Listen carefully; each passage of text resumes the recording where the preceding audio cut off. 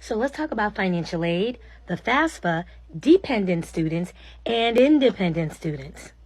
And how does one become an independent student? This was the #1 comment, question, and concern in that last video. And by the way, I didn't expect that to blow up. Oh my gosh, 1 million views. Thank y'all so much. New followers, thank you so much. Let's get into this question. So my mother doesn't support me at all, and they, financial aid office, makes it harder for you to become an independent student. You're absolutely right. So according to the federal financial aid site, here's the definition of an independent student. Take notes, you're going to have to write this down. According to the federal government, in order to file your FAFSA as an independent student with independent status, you have to be 24, married, on active duty in the military, financially supporting dependent children, or you're an orphan, both your parents are deceased, or you're a ward of the court, or you are an emancipated minor. If you are any of the above, according to the federal government, you can file as an independent student. However, I think we all know what makes someone independent. Living on your own, paying your own bills, no help from your mama and your peoples and them. That really makes you independent.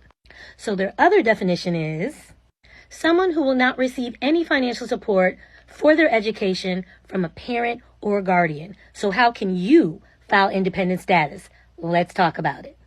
First of all, don't make mistakes. Don't lie. They will come after you and charge you $20,000 if you falsify documents on the FAFSA. Don't do that.